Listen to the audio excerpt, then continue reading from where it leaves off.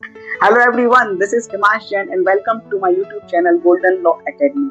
Today we discuss last month strategy to qualify UGC NET and JRF examination. जैसे कि आपको पता है कि NTA ने डेट अनाउंस कर दी है 31 दिसंबर टू 7 जनवरी सारे सब्जेक्ट के UGC NET एग्जामिनेशन कंडक्ट कराए जाएंगे और आपके पास सिर्फ लास्ट मंथ बचा है to prepare for UGC NET और JRF एग्जामिनेशन।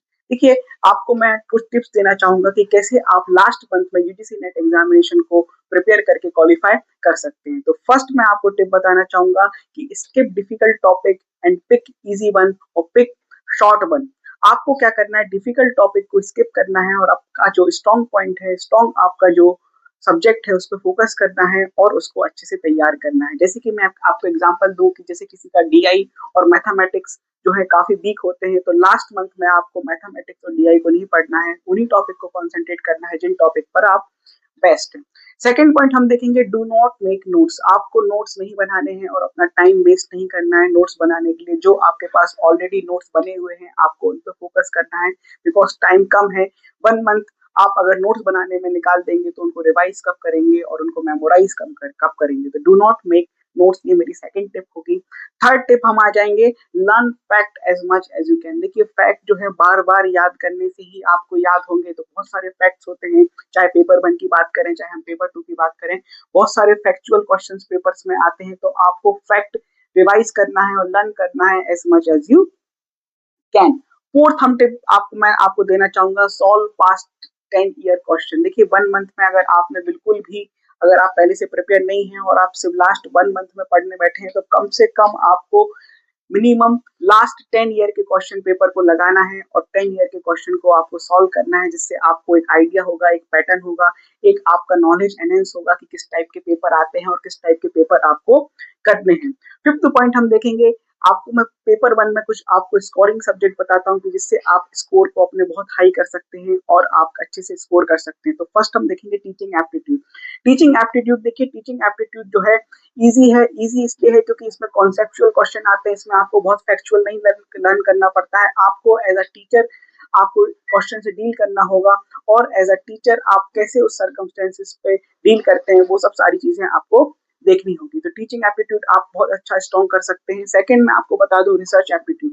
रिसर्च एप्टीट्यूड भी काफी इजी है। इसमें आपको जनरली टाइप्स ऑफ रिसर्च को याद करना है कि टाइप्स ऑफ रिसर्च मेथोडोलॉजी कैसे कितनी होती है और कैसे आप उनको अप्लाई कर सकते हैं। तो रिसर्च मेथोडोलॉजी में और रिसर्च एप्टीट्यूड में भी आप काफी अच्छा स्कोर कर सकते हैं। थर्ड सब्जेक्ट मैं आपको बताऊंगा, कम्युनिकेशन। कम्युनिकेशन भी एक थ्योरेटिकल सब्जेक्ट है। इसमें भी आपको बहुत ज्यादा फैक्चुअल चीजें याद नहीं करनी है। आपको जो सिंपल कॉन्सेप्ट होते हैं कम्युनिकेशन से रिलेटेड वो आपको याद करने होंगे। Next we have higher education. Higher education भी काफी इंपॉर्टेंट है और हायर एजुकेशन में आपको मैं एक टॉपिक बताना चाहूंगा, एनसीईआरटी यूनिवर्सिटी। जैसे नालंदा हुआ, तक्षशिला हुआ, विक्रमशिला यूनिवर्सिटी हुई, इस टाइप की यूनिवर्सिटी से काफी क्वेश्चन आते हैं। और हायर एजुकेशन में थोड़े से मैं मानता हूँ फैक्ट है, पर हायर एजुकेशन भी आप कवर कर सकते हैं विद इन 1 मंथ। कोई जो है लोड नहीं है इसका भी।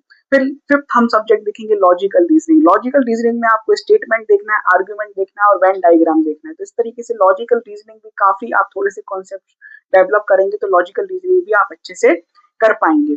नेक्स्ट टिप मैं आपको दूंगा, revision as much as you can. Six tip मैं आपको दूंगा, रिवीजन को आप सब्स्टिट्यूट नहीं कर सकते। बिना रिवीजन आपको पेपर में क्वेश्चन जो है आप नहीं कर पाएंगे, बिकॉज रिवीजन जो है आपको कॉन्फिडेंस देगा। रिवीजन ही आपको क्विक क्वेश्चन सॉल्व करने की पावर देगा, क्योंकि आपको विद इन 3 आवर्स में 150 क्वेश्चन से डील करना है और 150 क्वेश्चन से आप 3 आवर में तभी डील कर पाएंगे जब आपके पास रिवीजन होगा और बहुत रिपीटेड वे में आपने रिवीजन किया होगा, तभी आप उन फैक्ट को रिकॉल कर पाएंगे at that time of paper.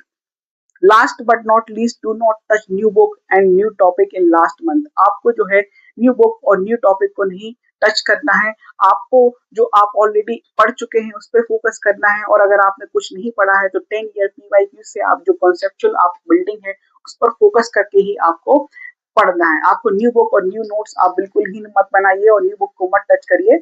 ऐसे में आपका जो है 1 मंथ आपके लिए सफिशिएंट होगा यूजीसी नेट एग्जाम को क्वालिफाई करने के लिए। Thank you.